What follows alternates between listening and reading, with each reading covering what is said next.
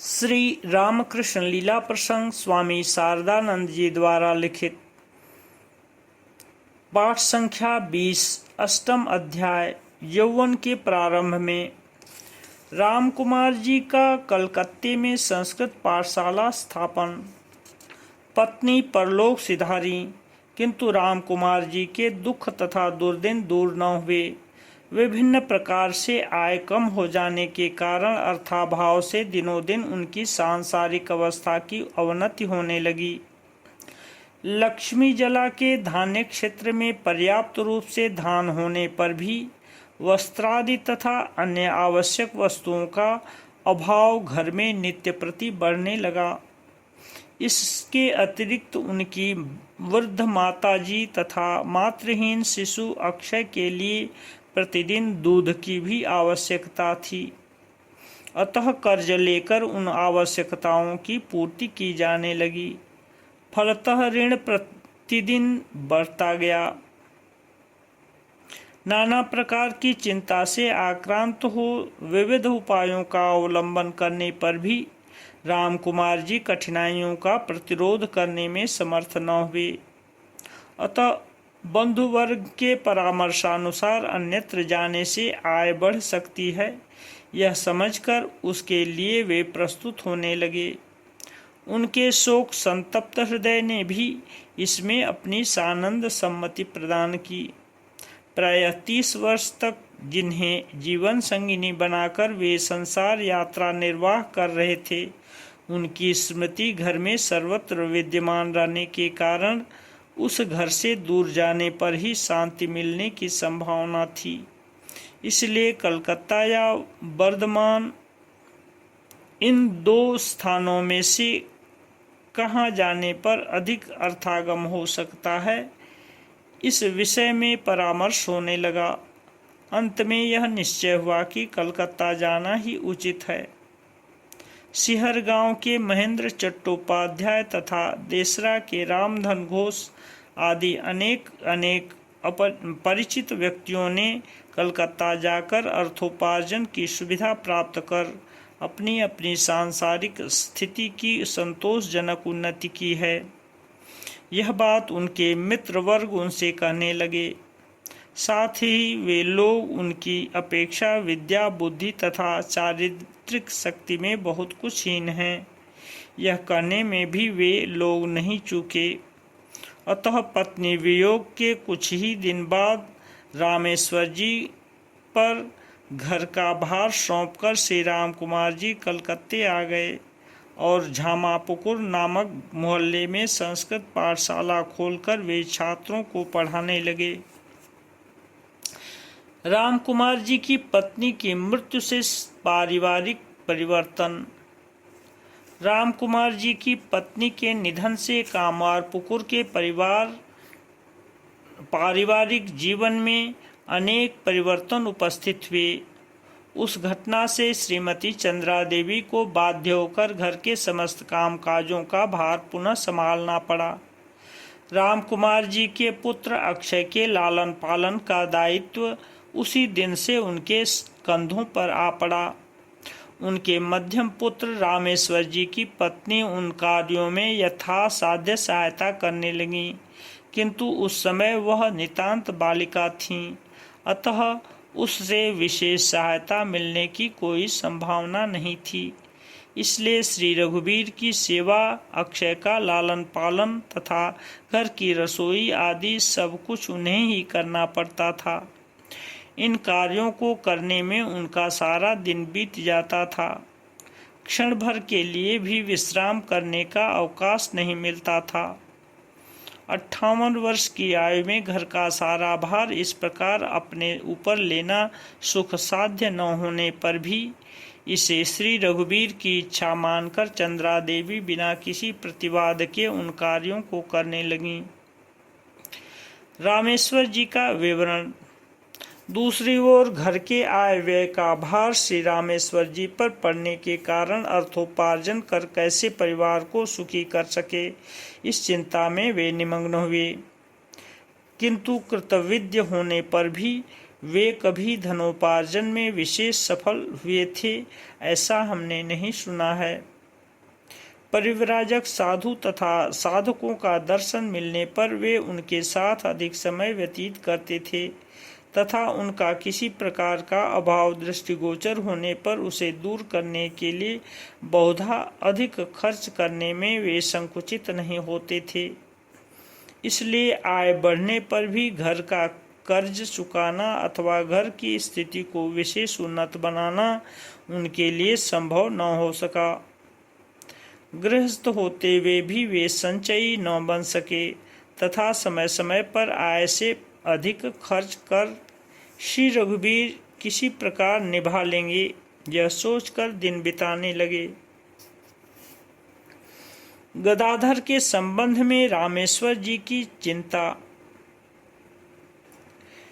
छोटे भाई गदाधर को अपने प्राणों से अधिक प्यार करने पर भी उसकी शिक्षा आदि की उन्नति हो रही है या नहीं, इस विषय में श्री रामेश्वर जी ने कभी ध्यान नहीं दिया। इसका कारण यह था कि एक तो ऐसा करना उनके स्वभाव के विरुद्ध था, साथ ही आर्थिक चिंता के कारण उन्हें विभिन्न स्थानों में आना जाना पड़ता था, इसलिए उधर ध्यान देने की उस समय न तो उन्हें इच्छा होती थी और न समय ही मिलता था। साथ ही इस छोटी आयु में ही उसकी धार्मिक प्रवृत्ति की अद्भुत परिणति देखकर उनकी यह दृढ़ धारणा बन गई थी कि उसका स्वभाव कभी भी उसे सन्मार्ग के सिवाय कुमार्ग की ओर नहीं जाने देगा।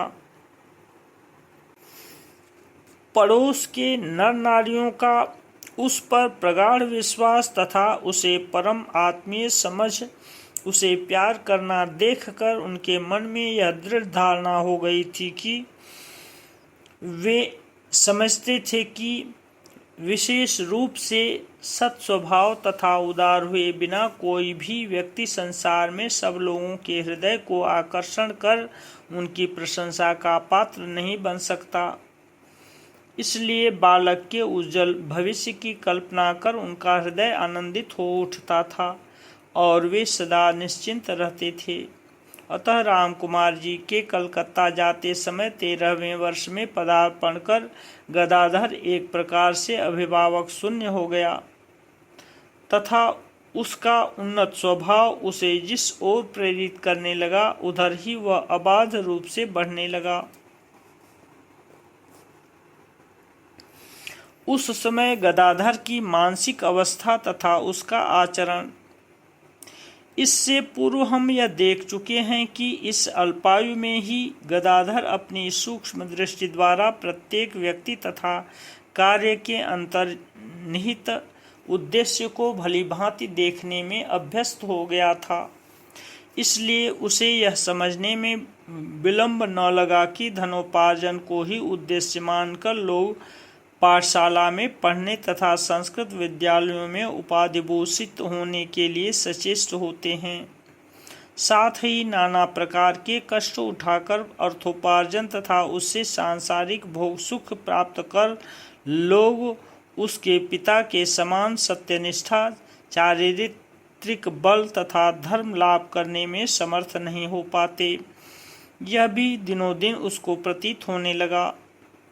गांव के किसी किसी परिवार के लोग स्वार्थांध हो जमीन जायदाद को लेकर परस्पर विवाद तथा मुकदमे में फंस जाते। घर तथा खेत के अपने अपने हिस्सों को यह मेरा है वह उसका है, इस प्रकार रस्सी से नाप कर तय करने के पश्चात कुछ दिन उसका उपभोग करते न करते ही इस लोक से विदा हो जाते हैं।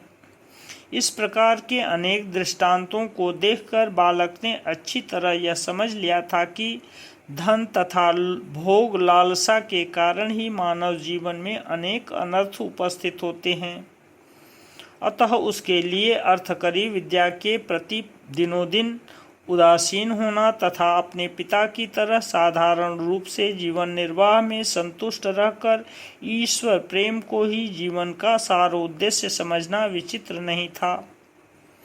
इसलिए साथियों के प्रेम से आकृष्ट होकर प्रायः प्रतिदिन किसी न किसी समय पाठशाला जाने पर भी श्री रघुवीर की सेवा पूजा तथा घर के कार्यों में सहायता देकर अपनी माता के परिश्रम को हल्का करने में गदाधर का अधिक समय बीतने लगा। उन कार्यों में संलग्न हो तीसरे पहर तक प्रायः प्रतिदिन उसे घर पर ही रहना पड़ता था। पड़ोस की रमणियों के समीप गदाधर का धर्मग्रंथ पाठ तथा संकीर्तन आदि।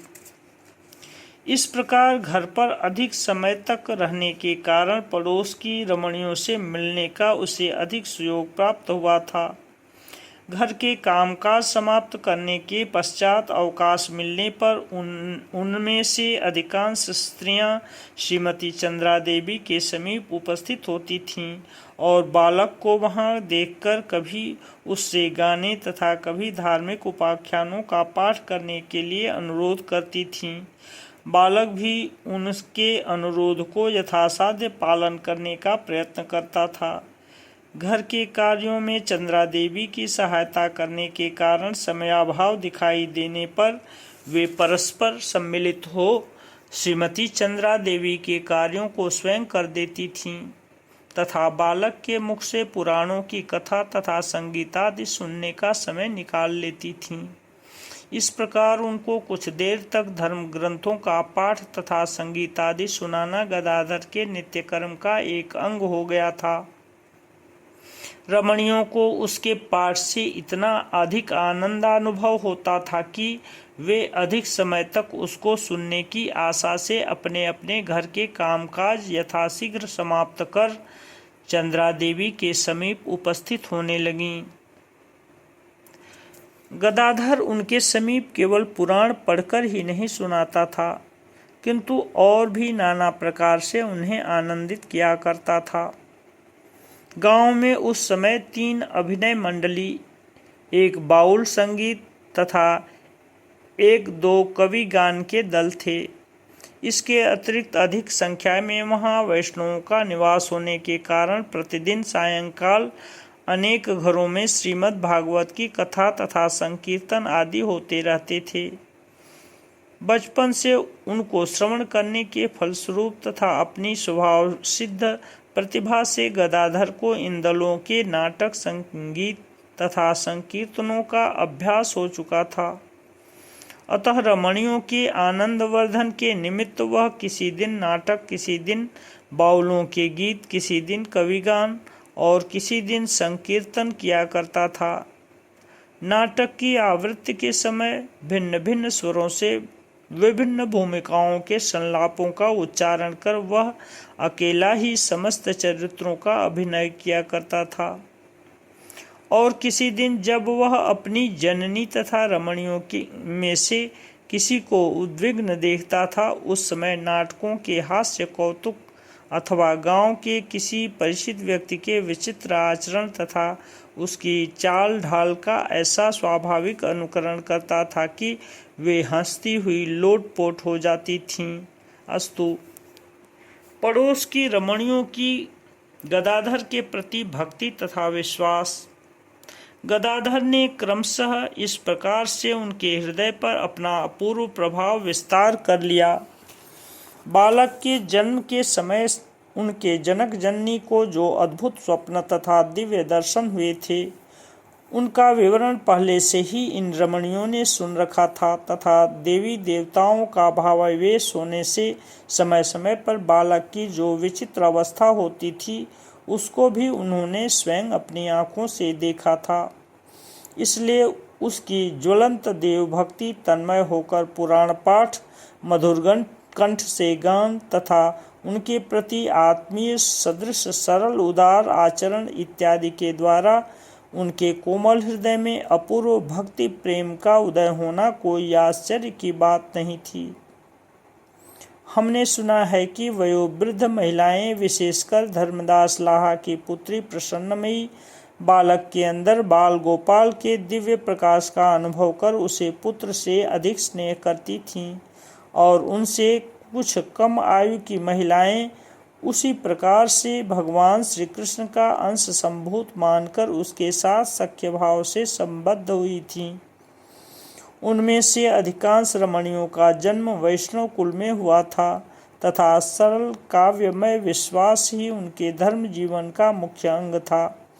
अतः अशेष गुण संपन्न उस सुंदर बालक को देवता के रूप में देखना उनके लिए विचित्र नहीं था।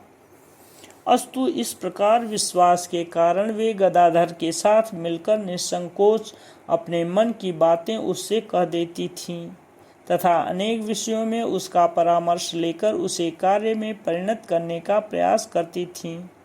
गदाधर भी उनके साथ इस प्रकार मिल जाता था कि बहुधा उन्हें ऐसा प्रतीत होता था कि मानो वह भी एक रमणी ही हो। ओम शांति शांति शांति।